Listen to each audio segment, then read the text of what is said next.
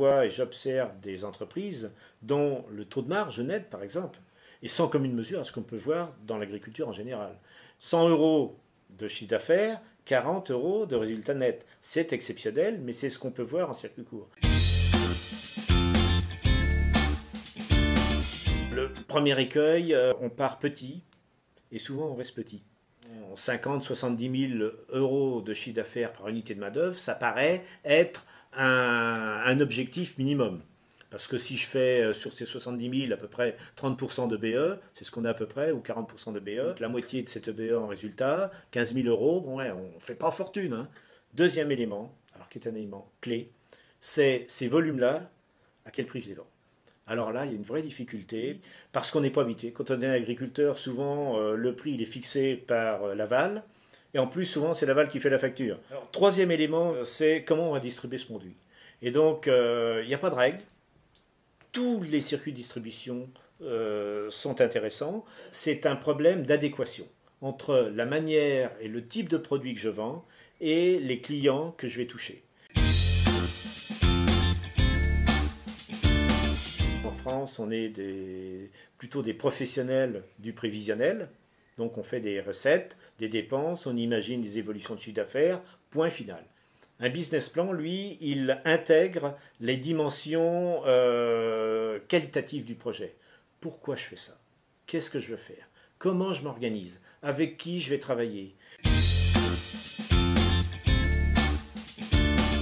Il y a assez peu de personnes qui sont formées sur les techniques de marketing, même les techniques de montage de projet. Une des raisons pour lesquelles d'ailleurs j'ai écrit le livre « Comment réussir en circuit court », les 10 clés, c'est justement de pouvoir préciser et de donner un guide non seulement aux producteurs, mais aux accompagnateurs. Politique agricole commune, il n'y a quasiment rien. Politique nationale, je dirais, c'est pratiquement rien non plus. Tout compte fait, c'est un secteur qui se développe par lui-même. Il y a quelques aides, souvent à l'investissement, qui sont faits à l'échelle des territoires.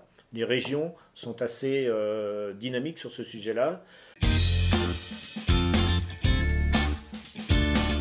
Le circuit court, c'est évidemment pas un marché infini, mais d'une manière générale, la demande va rester très largement supérieure à l'offre. Pourquoi? Parce que c'est quand même compliqué de rentrer dans le métier. Premièrement, donc ça veut dire que si je ne suis pas un agriculteur, l'accès aux moyens de production est toujours compliqué, donc je pense au foncier. Deuxièmement, quand je suis agriculteur, me lancer sur ces projets-là, c'est extrêmement sélectif, gourmand en temps, exigeant, astreignant. Quand les producteurs s'organisent, dans des magasins de producteurs par exemple, bon, l'affiliation est directe, ça ne pose pas de problème.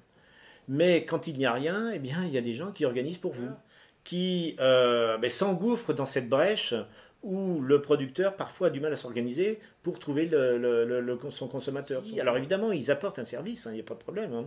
Mais évidemment, ils captent une partie de la valeur créée.